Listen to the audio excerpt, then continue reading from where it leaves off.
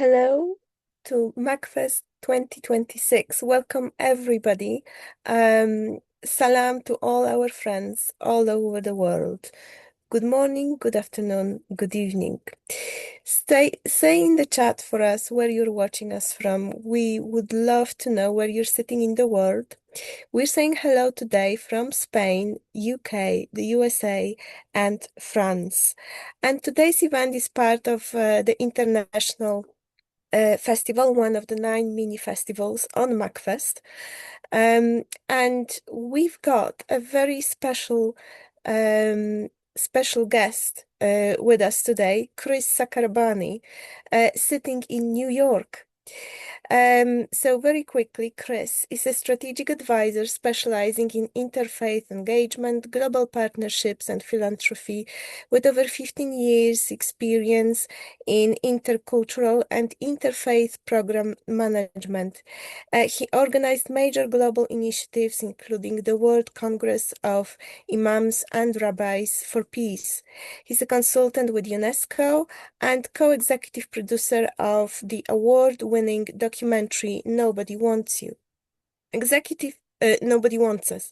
Executive Director of the Foundation for Ethnic Understanding and advisor to MACFEST, our dear supporter and founder for many years. Chris has been a guest on more than a few events in the past, and he will reappear on another panel, Afghani Women Artists, on Saturday, 18th of July. This will be a very special event.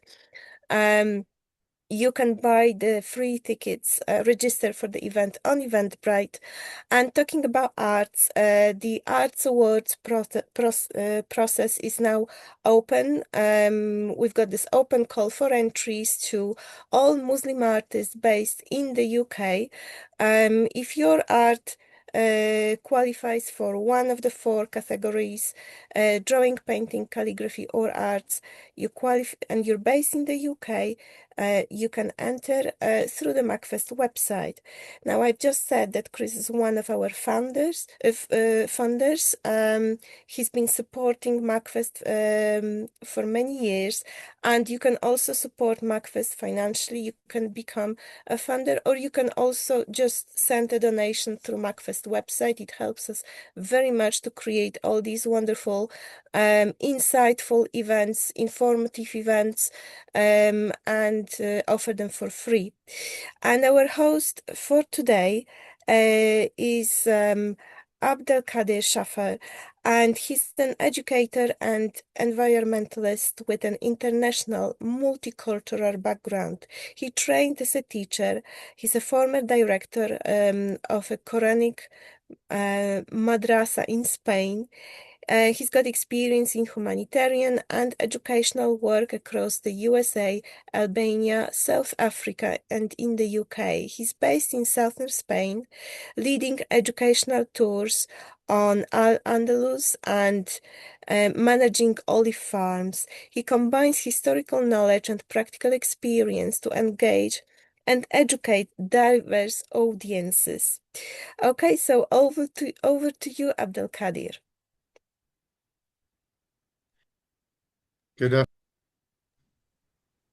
Good morning, good afternoon. Assalamu alaikum. Welcome, everybody. Thank you, Katarzyna. Thank you, Kaisra.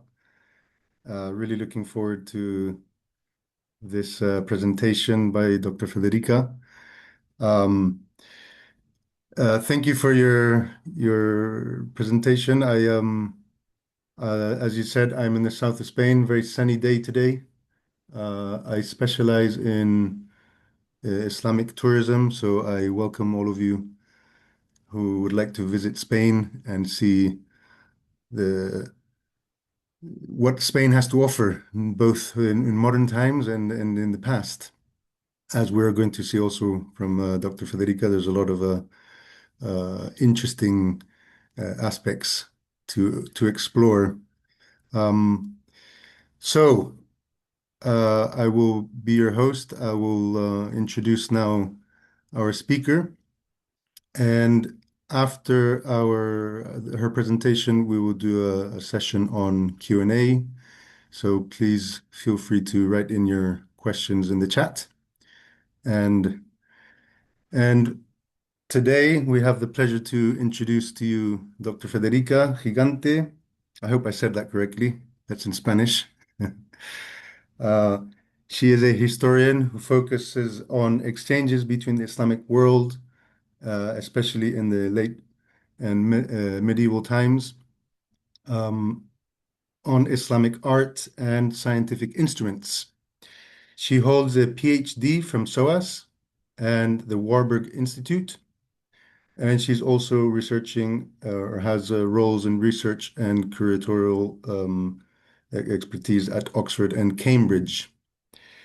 We will be looking at her first book, which is called The Islamic Objects in the 17th Century Italy. And this book examines how Islamic artifacts reached Italy through trade, through collecting, and diverse networks, which we'll dip into in her talk. She also leads a ERC project called Unseen on the role of slavery in transmitting Islamic material, Islamic culture, and knowledge into Europe. Very interesting topic. And she is currently researching her second book on slavery and cultural exchange, which also includes studies on coffee, food, and material culture between North Africa and Italy. So a lot of substance here. So thank you very much for attending. And over to you, Dr. Federica. Thank you so much, Abdul Qadir. It is a pleasure for me to be here, and good morning, good afternoon, and good evening, wherever you are. It's very sunny in Oxford too today, which is a rarity, so spirits are quite up and spring is in the air. I'm going to give today a presentation about the role, the presence, and the circulation of Islamic art in early modern Renaissance Italy. The Excuse is the book that I've just showed you, came out a few months ago, which focuses on a particular case study, and I will talk about it today.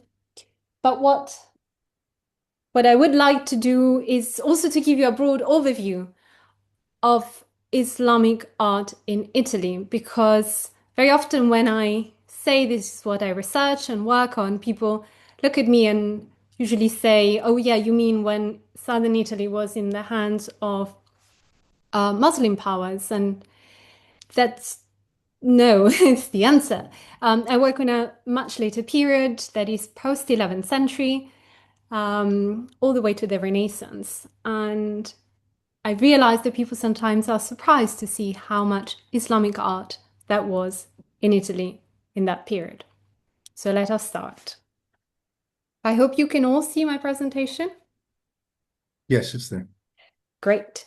So as I said, what I'd like to do today is really to try and introduce this topic and give a broad overview, as well as explaining one particular case study that is the one that my book talks about.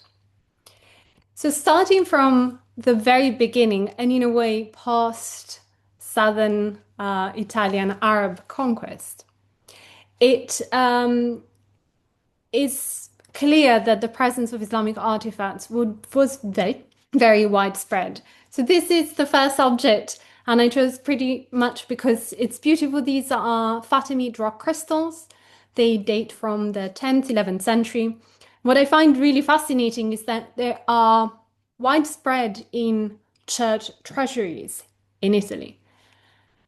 And that is because many of them were actually used as reliquaries, so to contain bones of Christian saints, and often they were used as containers to bring back some kind of relics from the Holy Land.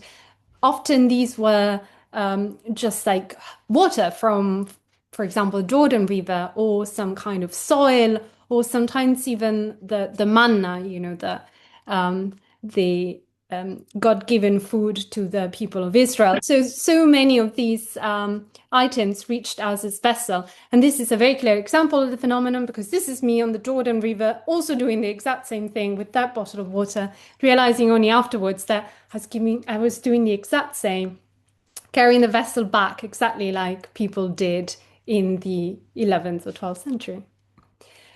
But we also have artifacts that were clearly not just the afterthought or aftermath of the importation of some kind of relics from the Holy Land. They were also used as furnishing. So, for example, and you can see that actually looking at Renaissance Italy throughout. This is one fresco from Siena. It's the Hospital of Santa Maria della Scala, foundling hospital, and give cures. And this is a wedding of two orphan, now grown children. And when you zoom in, you can see that actually they're standing on an Anatolian carpet, which we have very, very few fragments that have survived from the period. But you can see one here from the Islamic Art Museum in Berlin that is pretty much identical to the one they're standing on. And as I said, this is fairly ubiquitous. It's not only textiles. You can find Islamic art in Italy where you least expect it.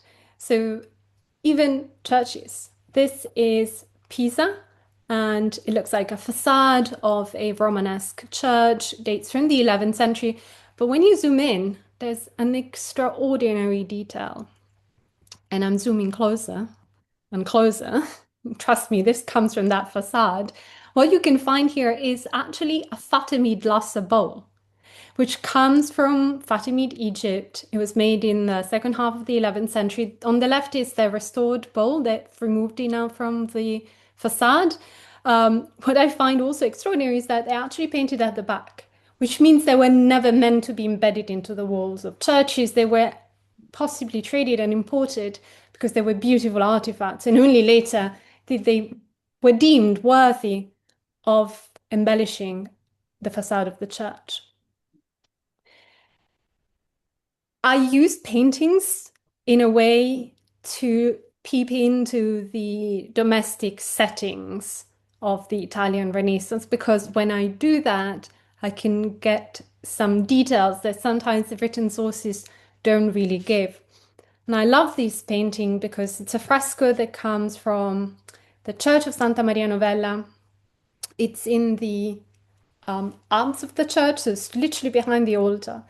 And it's been always used as one of the primary examples of Italian Renaissance paintings. But what interests me is that when you actually zoom in, this birth of John the Baptist, there's a vessel at the top left of the bedstead. And when you zoom in, you realize this is very much a Spanish sort of Muslim production, so probably made in the Valencia area, and is made as the Fatimid bowl was, with luster, which is this sort of golden paint. And of course you can't see here because it's an image, but it really shines if you were to move the object. And we can continue to do that and see how ubiquitous these artworks were. This is Filippino Lippi, who was the master, in a way, the teacher of Sandro Botticelli, which maybe is a bit more of a familiar name for you. So again, this is peak Renaissance art, and this is an Annunciation. But what is quite remarkable is when you zoom at the background and you see what the setting and the shells are holding, you can see here some kind of Arabic inscription on this little jar, but you can see again the same luster Spanish ware as you've seen before. And this beautiful vase also from the sort of Valencia Manises era, which we'll see other example of later on. But it wasn't only ceramics. You can see even glass, and this is pretty exciting because we're bit back in time, 13th century. This is a presentation to the temple. So it's meant to be a sort of biblical scene, Interestingly, this is very much of a mix because if you notice on the top right and left corner, there are crosses. So although it's a bit anachronistic, we're talking about a scene that happened before the crucifixion, because this is the Christ child, but we still see it set up as a church. But what is also remarkable is that what you see here is a mosque lamp of the type which you also find in Italy, such as this one that is in Florence in the Bargello. There are also metalwork. Metalwork is one of my little passions, so you see a lot more metalwork than any other objects today. Forgive me. So again, Vittore Carpaccio, it's a scene of the Dream of St. Ursula, so it's a religious Christian scene. But what interests me here again is the setting. And the setting is particularly this painting, which we'll see again, and the little bucket that's hanging from it. Because the little bucket is very probably a Mamluk bucket that was adapted to be a holy water sprinkler. So this particular one that comes from Treviso, it's actually found in Italy. It's Mamluk, but the baton that is inside it was of course added later on, very much like you can see in the painting.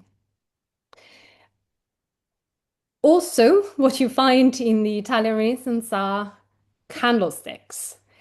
Now, candlesticks, especially Mamluk candlesticks, were big. And when I say they were big, I mean they were very big. And this is, again, me for scale. I'm literally standing behind it. I'm not really far. It's absolutely massive. And why does this matter? Well, it matters because these objects were beautiful and were imported in great quantities in the Renaissance in Italy, but people didn't quite know what to do with them, largely because they didn't have big enough candles. I know this sounds really banal, but no, they didn't exist. It was just not a thing. And so what you find is something like it's shown in this painting of, again, the Israelite gathering the manna. When you zoom into this character here to the right, what he's doing is using a very strange recipient. But that recipient is probably nothing but a Mamluk candlestick turned upside down. And then these things are hollowed, so when you turn it upside down, it's actually a very useful container. And it's not surprising that when you look into museum collections, and I've gathered like literally dozens of Mamluk candlesticks that have their heads chopped off, and sometimes they're open because curators remove the closing, sometimes they're still sealed because these things were literally turned upside down and used in completely different setting and context. And sometimes the pieces that were chopped off were also reused. So this thing here is actually from the collection of Bologna that my book deals with, and we'll see it later. But what it actually is the top of a Mamluk candlestick. So it's small because it's just the top part where the candle had to go, and clearly had been also cut and repurposed for something different. So you can see how these objects came and were readapted in a way to a different cultural context where things couldn't really function in the same way, but still very much appreciated. And what also happened, and this is one of the very interesting phenomenon of very, very close contacts between, in this case, the Eastern Mediterranean, because these are productions made in the Mamluk Empire. So we're talking about the sort of Cairo, Damascus era, as the Mamluk Empire extended in that era. You can see that they start producing candlesticks for the European market, probably the Italian market in particular. That is, they're smaller, as you can see in this one, so they fit European candles, and you can be sure that they're made for the European market because they have coats of arms. And you can see here there's a little duck, which is very interesting. And this sort of production with coats of arms is very common at the time, especially in the late 14th and 15th century. You can find it on so many vessels. And here is a front of a cassone, which is one of those chests for linen that people used in houses. And it's just a scene, a court scene. When you zoom in, you can see there's a plate hanging from the wall. And it's very similar, really recalls this type of, again, Mamluk, silver inlaid type of vessel, which clearly was made for the European market, most likely the Italian market, because it has a coat of arms. And coat of arms were not only made for specific customers, but even more, this production was also done for like a customization.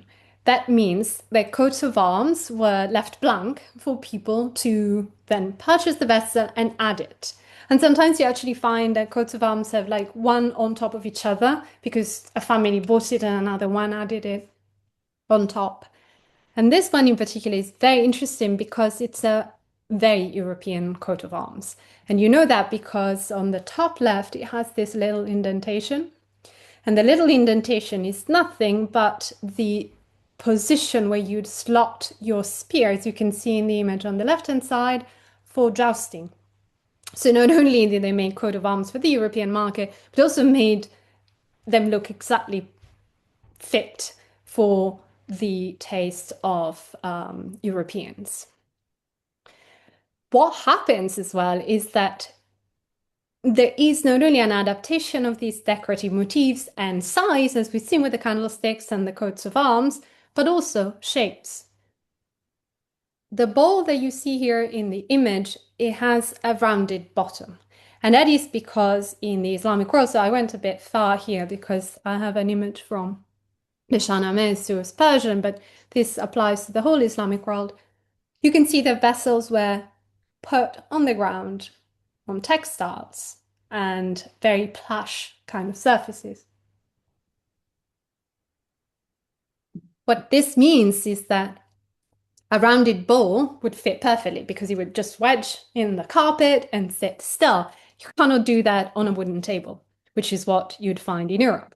So what happens is that shapes were actually adapted for the European market. And you can see this with a flat bottom. You doubly know this was made for the European market because actually it's signed. This extraordinary box that has a lid is in London, and it's signed twice. Once in Arabic on the top and once at the bottom. But at the bottom, the Latin inscription is actually a transliteration of the Arabic. As you can see, Amele Imalen Mahmud doesn't make much sense in Italian or Latin. But when you then look at the Arabic, you realize that what they were trying to do is actually transliterate the Amal al-Muallim Mahmud, for those who read Arabic, which is the work of the master Mahmud.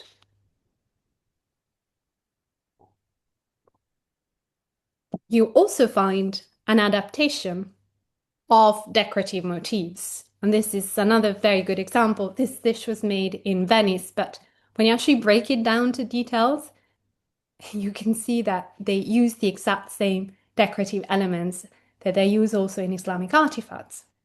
So here is not only the Islamic market that adapts for the Italian Renaissance, but it's the Italian Renaissance artists that start really copying and appropriating these motifs and incorporating them into their own production. And you can see that not only in the most obvious means, such as metal for metal, because these details are very common in metal and this is a metal dish, but you can also see it transferring across media. And one of the most extraordinary for me is this example. We've seen this before, but when you look not only at the little bucket here that's hanging underneath the picture, but at the picture itself, something pretty extraordinary emerges. If it's a devotional painting, you can see that you could probably just kneel at the bottom of it. And it's something looking very much like this. So we don't know whether, what the actual prototype was, but you can see the frame is the same, and they usually had an image of a saint at the center, and they were used for private devotion as they're fairly small. But when you look at frames such as this one that was made in Venice in the 15th century, you can see that actually they copy motifs that come from the Islamic world. What I think is that they come from book bindings, because these were very portable objects, but anything can be. You can see they use, this is pretty ruined, but you can see they use the same kind of mandola type decoration. And when you compare it, that's why I said book binding, because you can see that certain details copy precisely and entirely, such as this so-called square palmette. So you really can see Islamic art in places where you least expect it in the Italian Renaissance. I wanted to show this because it's pretty extraordinary. This is a window in the Church of Santissima Annunziata in Florence. It has the Medici insignia in the middle, the so-called balls. But what you find is that actually there is Arabic going all around it. And that's because these things, exactly as happened with the frame, were taken in and used and reutilized. The most famous case of calligraphy is, of course, that of sculptures in which, or paintings in which you see the borders of the textiles with Arabic inscriptions. And you can see an example here. And often these are called pseudo-Arabic inscriptions. Clearly, they are not meant to make sense. But for those who are familiar with calligraphy, you can see that they were copying something because it is so detailed that clearly they weren't making it up. And clearly you can understand that they were copying a Mamluk type of Thuluth calligraphy here. So now I'd like to move to the second part of my talk, which is that of collectors. Because so far what we've really seen is just how these objects circulated in Italy in various different media, in glass, ceramics, or metalwork, and how they were readapted and readopted in context.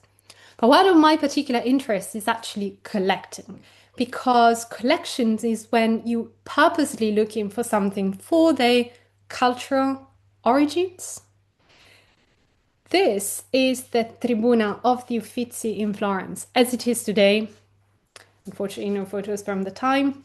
But this was one of the first public museums, primary exhibition spaces that Renaissance Italian had at the time.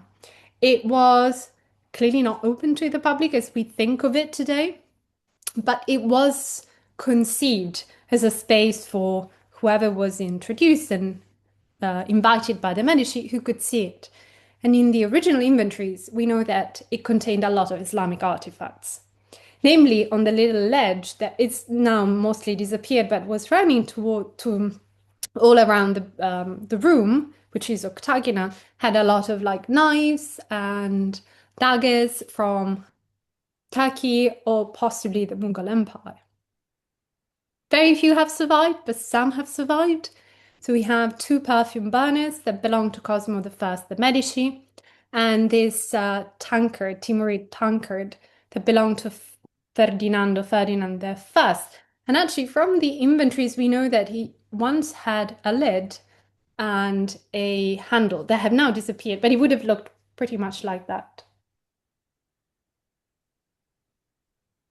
Now, the Medici were, of course, a very rich family who, as you can see here, collected Islamic art.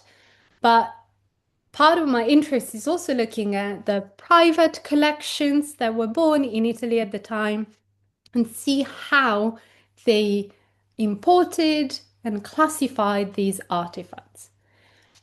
And the first characteristic that makes collections very, very different from the previous use that I showed you before, so the simple use of items and ceramics in the background of paintings, a bit like you can see probably. I also have some ceramics from the Islamic world that are there more for decorative motifs, is that collectors wanted to label them.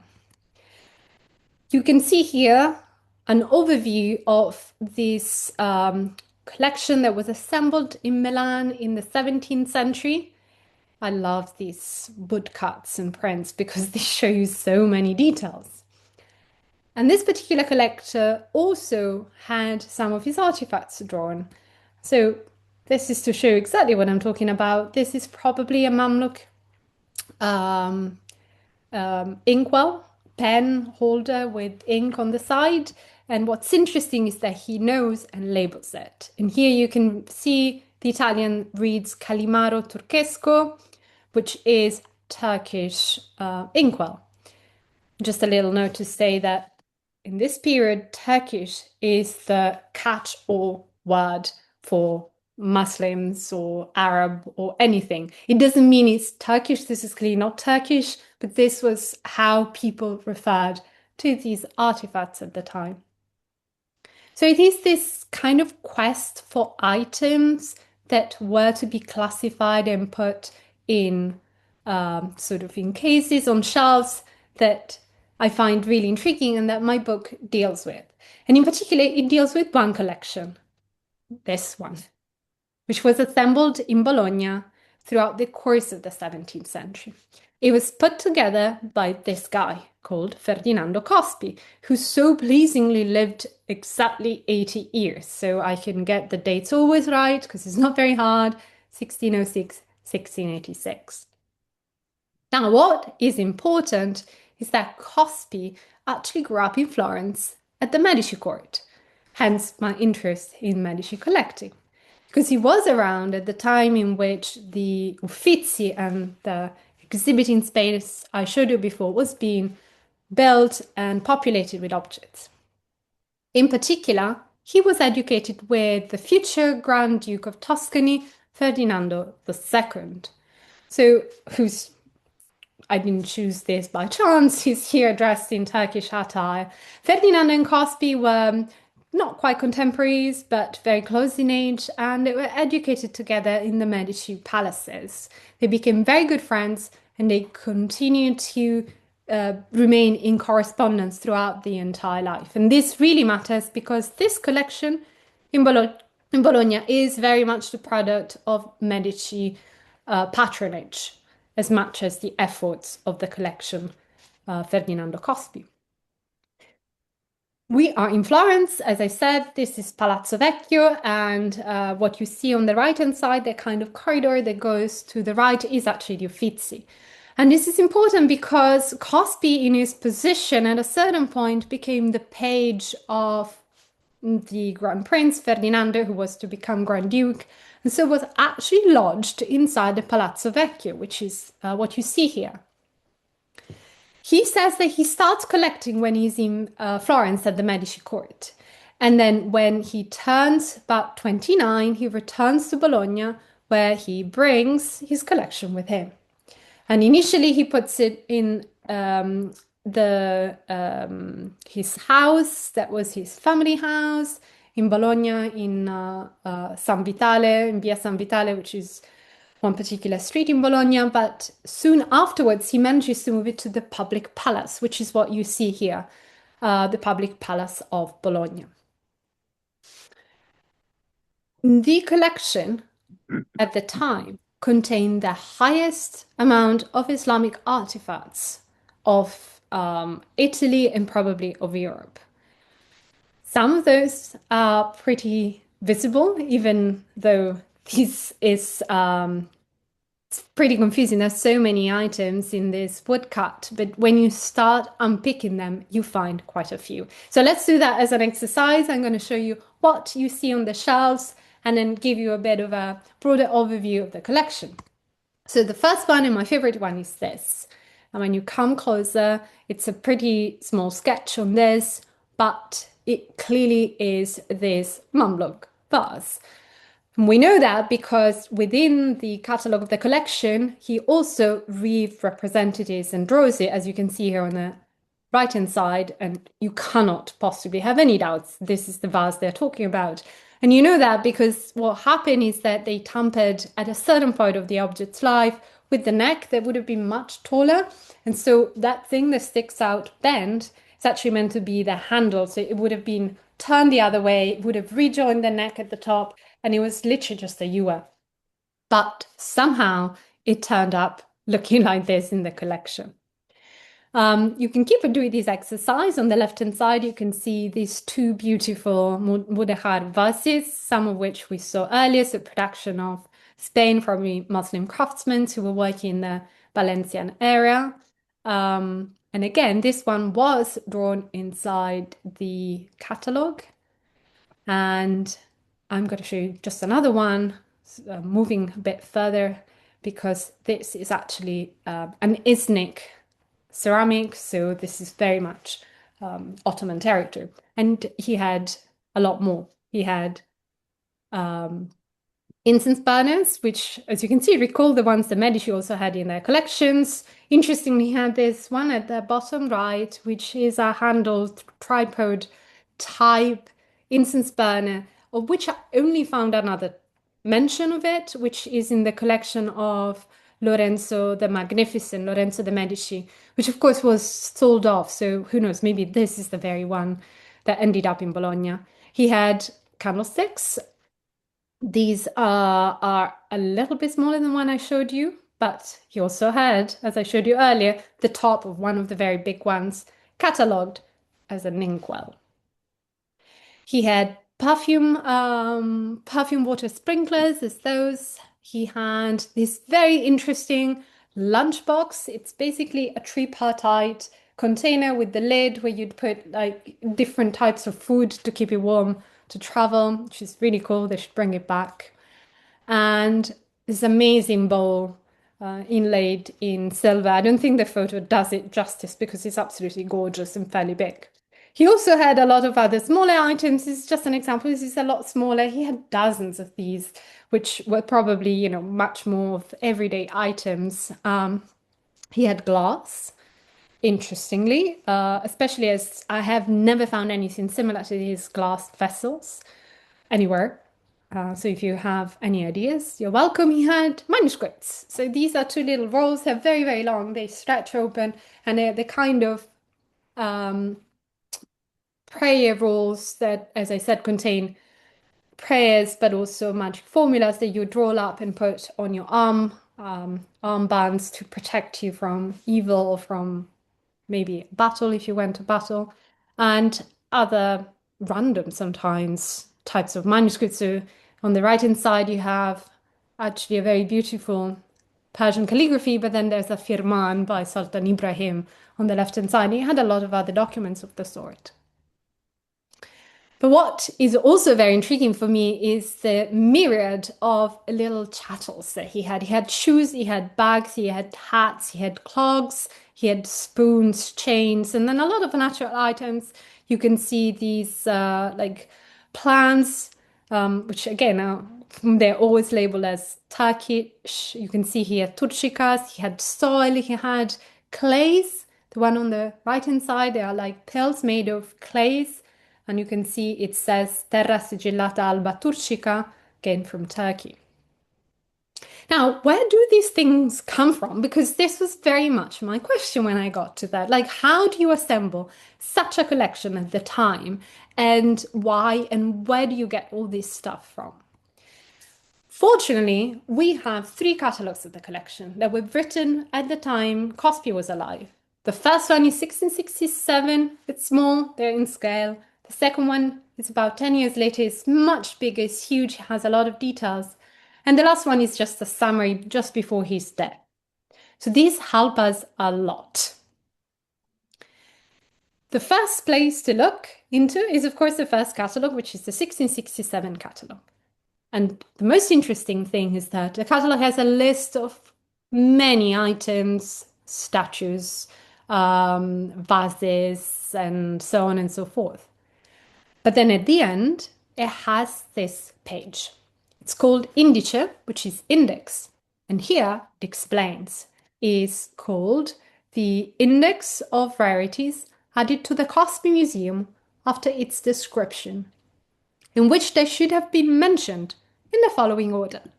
And it continues by listing all these items following the same order as the entire catalogue. What's interesting to me is that, okay, we're in front of a sort of unexpected arrival of items. He says it.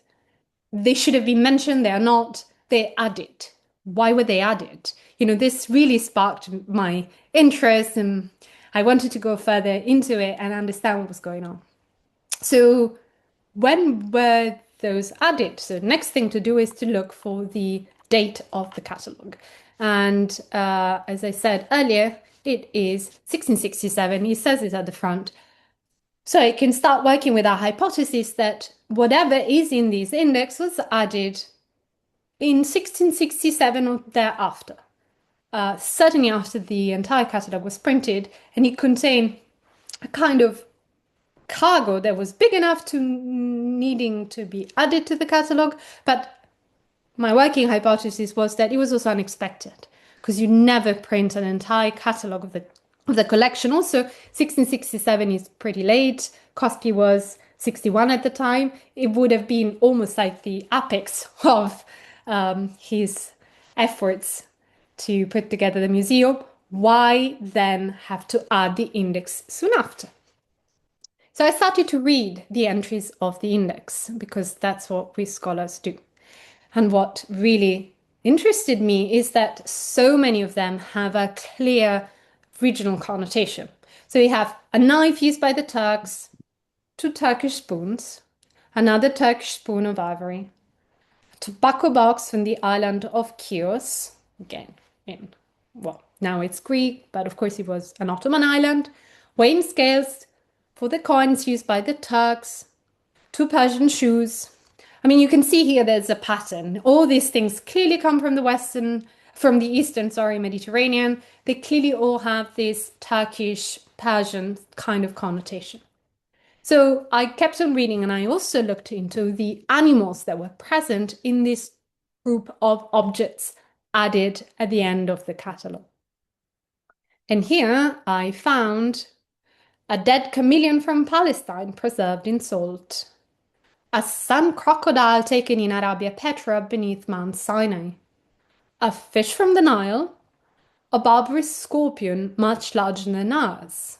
Now, I'll stop here because, of course, the list is much longer, but I think you got the gist. That all these things clearly all come from the same region. They all come from the sort of Eastern Mediterranean area, from around like the Anatolian coast and the kind of up until Egypt, say Egypt or Tunisia, because Barbary is more like North Africa. So what's going on, and why were these things all added in one chunk? So what I decided to do is go back to the catalogues. And although in the first catalogue, the 1667, we have this list, actually, and this is where the index is, the middle catalogue, the one of 1677, is much bigger. This is what the catalogue looks like. It's much chunkier, has a lot more description. So I tried to retrace every single item of this list, and many more, in the bigger catalogue to see if they gave more information. And that's what I found. I found that, for example, the tobacco box says a lot more. It says that it was a snuff box to take smoking tobacco made of cane ware, so called from the island whence it was brought. It's particularly used in the lands of the Turks. And the weight scale said that it's used in the countries of the Turk to weigh the medini, which are coins. It was brought from Cairo. The 2 Persian shoes, I think I'm skipping here, but the dead chameleon from Palestine preserved in salt says that it was taken in the territory of Rameh in 1666, and left to die in salt. The sand crocodile says it was taken in Arabia Petra beneath Mount Sinai and brought back under the name of sand crocodile. Again, the fish from the Nile was brought from Egypt, and a barbarous scorpion was brought alive from Tunis, Tuscany in 1668. Interestingly, it lived 3.5 months in Florence. Now, what's going on here? I think that you have probably already noticed that, but each and single one of these entries have one particular detail. They tell you they have been brought or taken. There's a very, very physical type of action in these verbs. All these things clearly have a straight, direct connection from when they were taken and brought to Italy. To me, this clearly points to a merchant ship that came with one cargo, but clearly they knew they were coming from, and that this was the reason why they had to be added at the last minute. And in fact, if we go and look at the epistolary correspondence of Ferdinando II, whom you remember is the friend and correspondent of Cosby, dated 14 January 1668, The letter here says 1667, but because the Florentine use a different calendar, which for the first few months of the year is off synchro, but the date is January 1668, which is exactly pretty much when the index would have been added, given that it's immediately after 1667. And he mentions a ship called the Jerusalem that comes from Smyrna, and they're stopped en route in several places. And interestingly, all the ones that mention things being taken from, and the letter further mentions Cosby. And I went and found the port entry records of the ship Jerusalem that clearly comes from Smyrna. It took 27 days and had a list of goods attached. Now, unfortunately, this list of goods tend to have very broad details, such as a box full of stuff, so not very useful. But I'm pretty sure this is the reason why these objects were added. So what I was trying to do, and this is just an example of a cargo of items, I was really trying to reconstruct the routes by which these items came back to Italy. And at the same time as I was trying to do that, this example led me to the ports, of course, to these boats that were coming in. So I started to look at ports and the dynamic and merchants and what was going on. And this is really leading me to the last part of my talk. Because as I was doing that, I started to realize how many, like, Turks in inverted commas, people, clearly Muslims, you have turbans, were present in these port scenes. And here is just a couple of them. Naples before. This is Civitavecchia, which is the port of Rome. And again, you can see usually a turban figure, clearly here stereotypically smoking. But why is this interesting? Well, because when you actually look at it in more details, you realize that in these big ports, and this is the port of Livorno, which was the Medici port, near the coast, near Florence. It wasn't only these big boats that arrived with goods, and we just seen with the Jerusalem bringing in all these stuffed or even living animals and all these artifacts. But there were also people. And what I mean with people is, let us try to zoom in. I mean a lot of people. So these are all Muslims. There were thousands and thousands of them living in Italy between the end of the 16th century and the whole 17th century, even later in the 18th century, mainly in port towns. So we have them in Genoa, in Livorno, as you can see here, in Naples, in Civitavecchia, which is near Rome, but also in Messina. And these were all enslaved individuals. As we tend to forget that slavery is not only an American and Atlantic phenomenon, but it's very much a European one. And what you can see here is actually dozens of enslaved Turks, in inverted commas, who are just basically doubling up as merchants. And I'm zooming in closer. Now, you can see that if you can make up, these people actually have probably, you can see in some of them, a little bandage, a shackle around their ankle. That is the sign of their bondage. They were free to move around because at the time it was incredibly difficult to be able to break free from a city. Cities had walls, you had to pass doors, you had to tell who you were, and they were shaven-headed. So the ones who are not wearing a hat, you can see they have a shaven head.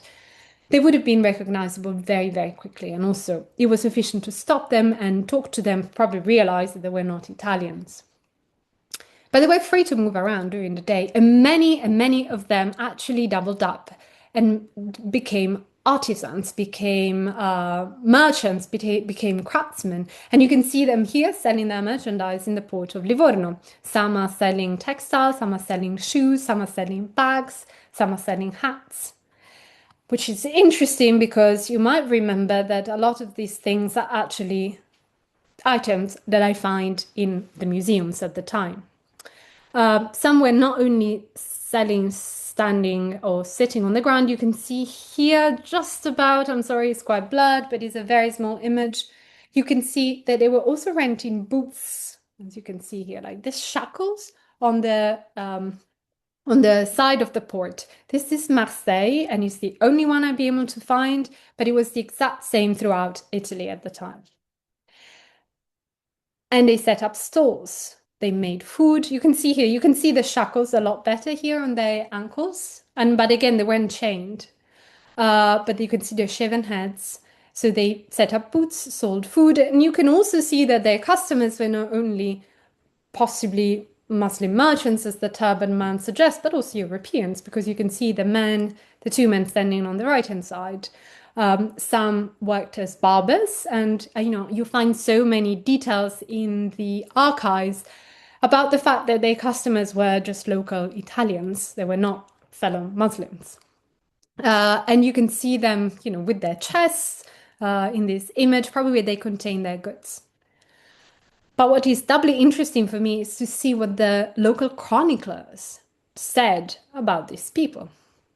When you go and read what the reports said, they usually mention that making stuff, as in this one document that I should quote. The majority of them during the day remain sitting and works. Some make tobacco pipes, some others make boxes, others socks, and various other objects, and more. They improve their capital by making knitted, sewn, and tarsia works, that is inlaid, usually wood inlay, and selling baskets, hats, belts, and similar things made in the Moorish manner. And as I said earlier, when you then look at these collections, they not only had the vases that I showed you earlier, but they had exactly this type of artifacts. They had boxes made in the tarsia manner, they had shoes, they had belts, they had hats, they had bags. And this is very much what my research is focusing on at the moment, is trying to reconstruct this network of people who lived in the thousands in Italy and in Europe in the Renaissance period and made such a huge contribution to Italian culture by creating, making and selling, and very often also advising and giving knowledge to the local Italian collectors, that we cannot possibly ignore their presence. Thank you. Dr. Federica, thank you so much for your presentation. What a treat. Me in New York, starting my day with this presentation, I'm just wowed. I was intrigued by the topic, and your work is truly mesmerizing in shedding light, in bringing light, and showing the deep interconnectedness between the Islamic world and Europe. Especially at the time, discovering that there were Arabic window in churches, that there were the Mamluk candlestick were used in different contexts. That was absolutely mesmerizing. And also thank you for using the time machine for us to go and have some look into the Italian Renaissance. And there, I just want to say that again, I run the foundation in the US, the Foundationfor Ethnic Understanding, and for years we are a supporter of MACFEST, and this session is one of the reason. Yesterday there was a beautiful, an amazing, and hope-provoking conversation on Islamophobia in the media, and today we are talking about again the connection between culture and civilization at a time when we look at what's going on right now, where you have identity which are crispated, which are there's a tendency of isolations, and when we look at history, we see that that's not necessarily, that was not the case, and we are not meant to be to live like this. So again, I just want to before giving the floor to Abdelkadir, I just would like to thank MACFEST, the MACFEST team, Kaisra, Katarzyna, and Steve. You, Dr. Federica, I really enjoyed this moment, and I'm sure that there will be plenty of questions in the chat. Abdelkadir, the floor is yours. Thank you. Thank you very much, Chris, for your words. And and thank you, Federica. That was a very fascinating, very, very interesting look at how as Chris was mentioning, the interconnectedness, which is perhaps something that we've overlooked in modern times and we sorely need to bring back. And as I mentioned, I specialize in doing Islamic tours, and we obviously look at the what has been left in Spain and in Portugal by the Islamic civilization, and I'm quite familiar with seeing Islamic artifacts embedded in churches or even churches that are built on former mosques. There's an old city or compound outside Cordoba called Medina Zahara, which was razed to the ground uh, at the end of the Cordoba Caliphate. And amazingly, a lot of the artifacts were taken uh, over the centuries from that site and have appeared in all sorts of places, right? From Sweden to private homes all over Spain. And it's London. very interesting to see how it's all spread out. And but I'm particularly curious about how you mentioned the Medicis and their collecting of Islamic artifacts. Uh, and obviously they had a great interest and probably paid a lot of money to get these things.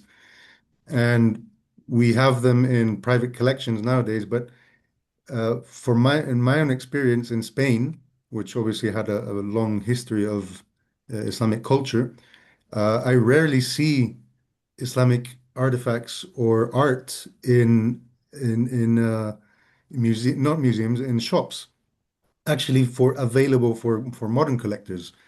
Is that something that happens in Italy as well? As in, it was obviously an activity in the past, and is it still true today? Not so much. I think that if you really want to look at the most thriving art market for Islamic art today, it's London. In fact, Interesting. for those of you who are around London, or if they're not, you could do it online. Next week, there is a sale at Sotheby's that has the most Mhm. incredible Islamic artifacts, including the most extraordinary Mughal astrolabe. So no, it's not the case any longer. But what I also find interesting is that, and this is a difference between Italy and Spain, and I wonder whether there is some kind of, different attitude given their past history, that in Italy, these historic collections have largely been preserved. So the Medici probably has very few artifacts that have survived, so though some have survived. The Bologna collection, the Cospi collection, has almost entirely survived, although it's scattered around. You can find these objects. I haven't seen it with Spain in the same way. So the most famous collection that was in Spain at the time was the one of La Stanosa, pretty much contemporary with the Cospi Museum. And we have, in a similar way, catalogs that were produced by the collector, but the objects. There has not been a continuous history of preservation of these items as there has been in Italy, in a way. Probably Yes, because in Spain you're surrounded by these things in, your everyday life, and so there was not the same attention. I don't know. yes, it seems like there has been a break in the interest of there's a very fascinating museum in Cordoba, just across the Roman bridge, across from the cathedral, the cathedral mosque, as they call it, which is a museum curated by uh, an Arab lady who's been living there for years, Salma Al Farouki. And the museum holds specifically scientific um, and medicinal equipment for eye surgery and for various other sciences that were developed in Cordoba in that time. So very, very interesting place to visit. Well, I'm going to have a look at the chat and see if there are any questions, but I invite all the listeners to chime in and to write a question if you have any. And thank you all for being here. I have one question in particular from Morag Cross. Thank you for your question, for your message. I believe from Scotland. The question is, in my own work using 17th century and earlier church minutes and records, I see appeals and requests for aid for people captured by groups in the Mediterranean. How much did return or ransom slaves bring things back with them to Britain? Thank you for the question. I have never really come across any formerly enslaved person returning, bringing things back as such. I'd love if that was the case. It's really difficult because one should always, of course, think about at what point did these things get recorded or not. And I've never seen it myself. I know that there are so many. So this is the case also throughout Europe. You find so many exchanges and letters of especially Christians who have been captured in the Mediterranean by pirates, because these were really pirates, privateers, corsairs, as you want to call them. But the result was the same. You were captured, enslaved, and brought to North Africa, or vice versa. You were captured, enslaved if you were North African and taken to Europe. And so there was a lot of exchange about, trying to get ransom one way or another. I have seen, and this was incredible, I have seen things being exchanged as part of this correspondence. So I have seen letters being sent, say, from North Africa from someone. Usually it's a local bey who says, could you please free so-and-so? That's usually because it was a person of a certain importance. I'm also sending you this gift. And this was very much part of the diplomatic exchange. It was, the structure of such transactions still is fascinating. But what I also found that I thought was extraordinary is letters written by actual enslaved people in Italy to their families to ask for money, because this was very common. I think we tend not to realize how close the families of the enslaved were with these people. Like, it didn't sever the connection. People kept on writing back and forth, and there were brokers and agents in charge of, just distributing this correspondence. What I found was that the enslaved people were asking for things, for someone who had commissioned it to them. So they would say, please, this is how much I need to put together to free myself. Could you also send me a vase of terra lemnia? This was that particular clay. I showed you something like that earlier. Could you also send me these textiles because I promised them to someone? So, these people were actually used also as vehicles for the transmission of items. So I didn't see them bringing anything with them, but I can see them being used to have things sent to them. Interesting. Thank you. I want to read out a couple of messages from some of our viewers. Mr. Iwan from Jakarta saying how amazing Islamic civilization and culture has had a great influence in many parts of the world. And there is another question. Hanan says, I greatly admire your work on Islamic art and the way you bring attention to its historical and cultural significance. And she asks, I wondered if you could share some of the main challenges you face while researching. Well, thank you. It's always interesting to reflect on one's own work.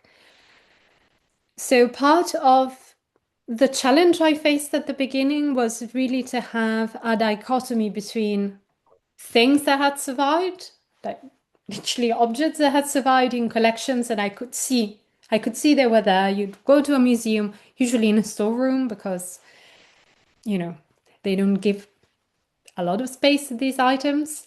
And then the sources, so the archival documents that talked about these items. So the first challenge was, okay, I have one and I have the other. I want to connect that. How am I going to do that? Because the only way to prove that the object that I have here has come via this route and it comes from the Renaissance, I can only prove it with documents.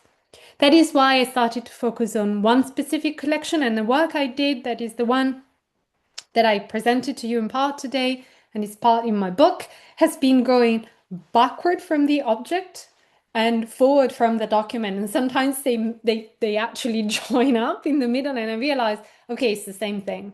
Sometimes they don't. But I have managed to actually trace the lifespan of one object from the 17th century to today. And that was really rewarding, but of course it was challenging to do. The challenge I'm facing today with my research is that I deal with very, very different sets of documents, and especially as I want to not only look at European documents, but I also want to work on North Africa, and so Arabic and Ottoman sources. It's not only an issue of survival, so little in terms of archival document has survived from North Africa because of colonial rules and battles, so much has gone missing. But it's also that because of the very different way the administration worked, you have very, very different sets of documents. So on the one hand, in Italian archives, you find personal letters of people, and in Tunisian archives, you find a treaty. And it's very difficult to balance it up, because although you're trying to do the two sides, their documents are of such a different nature that they tell you different sides of the story in a different way. So that kind of bridging has been hard so far. Wonderful. I have one other question from Morag Cross. Interesting question. It says, to what degree was there a two-way exchange, as there are portraits of Mehmet II by Gentile Bellini and 10th century carved Scottish stone slabs have four winged angels of Mediterranean origin. So was this happening both ways? Yes, of course it was.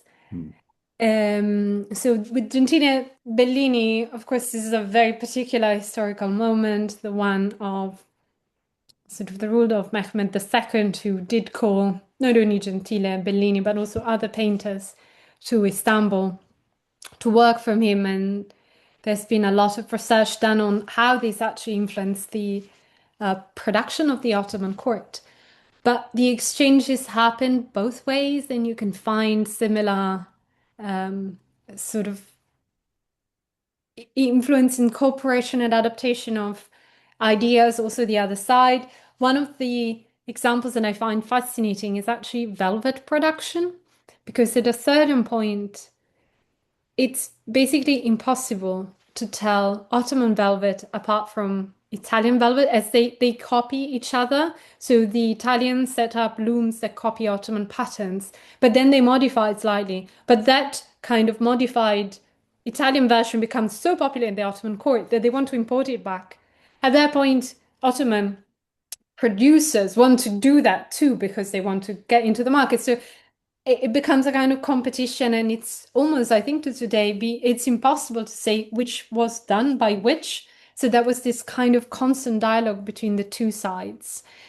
And I mean, in the same way, you go to North Africa and you find, so take Tunisia as a Tunisia being the closest, of course, to Italy. There are so many details that come from Italian art that are found in buildings you can find in decoration. So in the exact same way. So yes, it was a two-way influence. Good. Interesting. I have a question from Chris. He says, what do you see as the most surprising or underappreciated aspect of the art exchange between the Islamic world and Italy or Europe in general? What do I see? But is so underappreciated as a whole.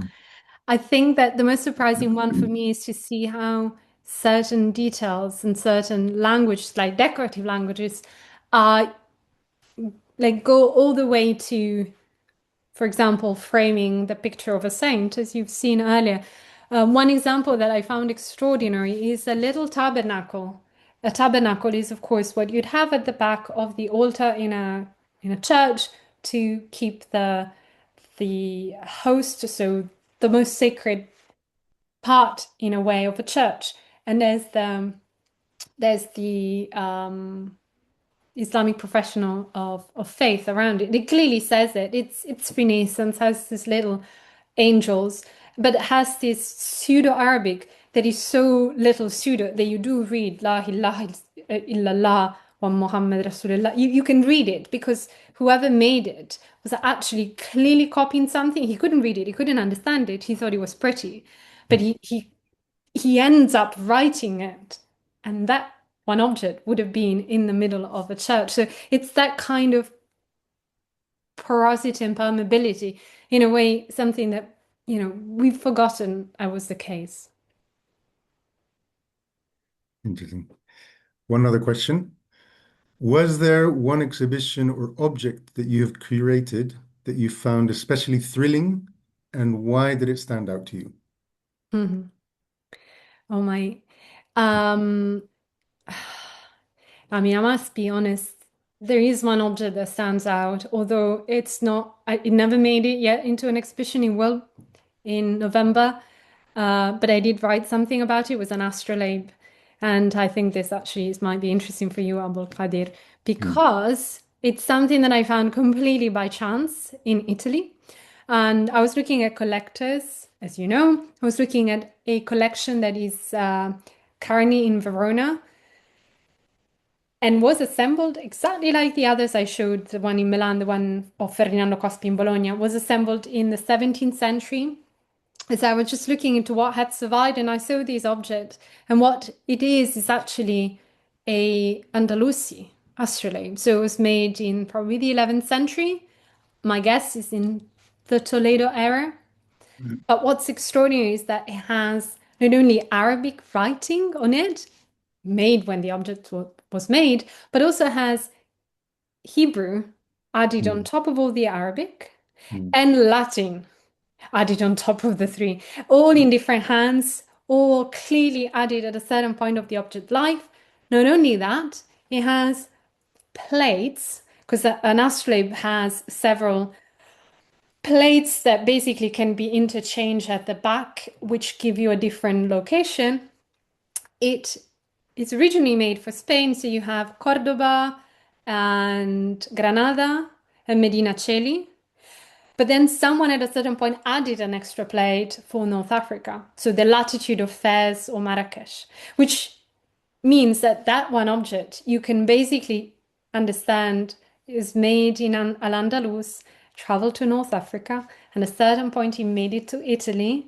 It was in the hands of a Jewish community. In Verona, there was actually the largest Jewish community from Al-Andalus at the time. The Hebrew was added, and then later on the Latin, because it was in the hands of a Latin speaker, and then eventually made it to a 17th century collection. So I find it most extraordinary because you can literally use it as a palimpsest, and you can tell the life of 7 different owners through one single object. Fascinating, fascinating. Well, I have I mentioned I live in Granada, south of Spain. The last kingdom of Al-Andalus, which fell in 1492.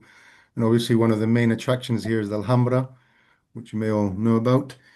But when I take guests to visit the city, one of our stops is a place called Alcaiceria in Spanish, Alcaiceria, and it comes from the Arabic word Al-Qaisar, which actually means Caesar, right? So there's a connection between Granada and Italy because Granada's one of the reasons it was the last kingdom to fall and was due to its wealth and location. And its wealth came primarily from silk. They were they produce silk in the mountains up here where I live, actually. And the market in Granada was known all over Europe. And the reason it's called Al-Qaisar, sort of naming the Caesar, and I can't be certain who in particular, what Caesar we're talking about in particular, but it was named Al-Qaisariya because the Caesar apparently gave the people of Granada the monopoly on the silk market. So I'm curious to know whether you've come across in your research this connection between Italy and particularly Granada and the silk market. Not in the period I work on. You have to go further back in time. Right. So if you zoom all the way back to the 13th century, 13th and early 14th century, then you start seeing a lot of Andalusi textiles in Italy. You can think of one of the most, again, sort of quintessential examples of the beginning of the Italian Renaissance, which is the Basilica of St. Francis of Assisi, painted by Giotto. And, it's the most famous cycle of frescoes by Giotto. And they're all in the upper register of the upper level of the church. But when you look at the lower portion of the wall, you can just Google it and notice it. The entire church is draped in textiles that are Andalusi textiles. And they have Pseudo-Arabic, and the pattern is clearly Andalusi. And you can see this phenomenon actually throughout Europe. I found it in France as well, but in Italy it was particularly marked. And I even found mention of entire Andalusi tents being erected in churches. These were, of course, taken as spoils because for a tent to be in the hands of Christians, it was mainly, sort of booty during the wars of Spain, sort of Christian Spain moving down against the Muslim South. But the fact that there was so much it's extraordinary. So, for example, one of the main patrons of Dante, which is one of Italy's foremost writers, Can Grande della Scala, is actually draped in an Islamic textile in his burial chamber. And you find these kind of textiles from Islamic lands in burial chambers, in also to wrap relics in the 13th and early 14th century a lot. Amazing. Thank you. Well, I don't have any more questions, so I do want to encourage the remaining viewers to put any other questions you may have before we wrap up. Morag just comments on your answers, says, thank you, very interesting. I'm always interested in two-way exchanges and in the post-mortem inventories of 16th century Edinburgh merchants. There is so much Spanish, French, and Venetian silk, velvet, damask, etc., that is so fascinating and only traceable on paper now, as you're saying. Most basic example of Muslim originating mineral necessary for European religious art, such as the lapis lazuli from Afghanistan, to paint the Virgin Mary's robes, symbol of purity and most expensive color. Muslim miners must have been supplying it in the first place. Well, this is actually something that I always try to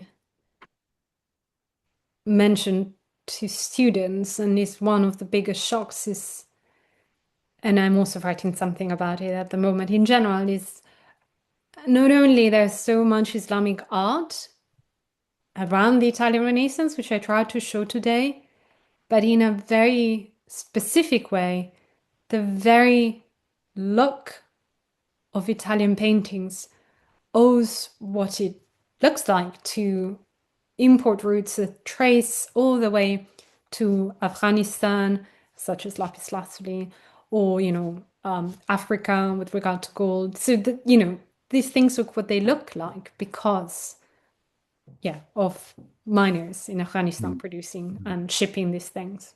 Absolutely. Well, without I have many more questions, but don't want to turn this into a two-way, and also we are coming to our end of our session. So first of all, I would like to thank Chris for his intervention and for your comments. And of course, Dr. Federica, thank you so much for your presentation. Very, very fascinating. And we hope to see some of your findings in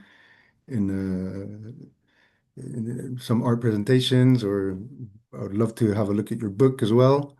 And did I understand that you're working on a second book? Yes, Yes. absolutely. So- So the end of the presentation that focused on enslaved people in port towns, I touch upon it in my book, which is this one Mhm. here. But it was a phenomenon that I really just started to explore when I published this book, and it was outside the scope of what I was trying to do there. So now it has become this very big project, which I am so much enjoying doing because it's really taking me everywhere around the Mediterranean, from Spain to France to the entirety of North Africa, Morocco, Algeria, Tunisia, Egypt, and then the Ottoman Empire. So many, my experience so far has been like one of the Pandora boxes. I open one little detail, and this actually takes me in many new and different places. As I was saying to some of you, I just came back from Tunisia. And again, that's just been a revelation of what I was able to find there, find connection, find, former enslaved people who worked in Livorno going back to Tunis and becoming prime ministers. But becoming prime minister because of what they had learned, because of their skills, and because of what they had managed to do while in captivity, which is, it's a very positive outcome to a very dramatic story. But yes, so that hopefully will be my next book. Wonderful. Very, very interesting. And thank you for shining this light on this part of art and history that is hopefully a gateway for future understanding and future connection and interconnectedness that we all look forward to, inshallah. Thank you so much once again, and thank you from me. Thank you to Kaisra and everybody at MACFEST, and we look forward to more beautiful presentations. And I'll hand back to Katarzyna now. Thank you. Thank you so much for wonderful hosting. We're looking forward to have you again on MACFEST. Chris, thank you so much for being with us today. And Dr. Federica, what an absolute fascinating event. And, it shows the tremendous amount of work and time you've put into it, and incredible dedication and insight. So thank you so much for sharing all of that with us, and in such a humble way. But it's just incredible amount of work, and the work that is, of course, important for the education. But when you look from a different perspective, like Chris mentioned, we had this event yesterday on Islamophobia, and you could, in a way, you could see this event as a continuation, because you've got this attitude here. These are the facts. This is the evidence, and this is the conclusion, and you can't argue with that. And from here, you could clearly see that all this division and Islamophobia are some kind of weird constructs based on pure negativity and hate. And as you showed, these objects you've been talking about that we now preserve and exhibit and show, and we want to know about them. It's okay for those objects to travel around the world, but it's not okay for people anymore, which is really terrible. So I'm really, really grateful to be part of MACFEST and of those events that are really showing the truth, and a different perspective, and are really food for thought. We've got a few events coming up. So before we finish, I would just like to mention that we've got on Sunday, 3rd of May, Europe's greatest medieval cathedrals. Again, an event where you can find out the forgotten craftsmen who built Europe's medieval monuments.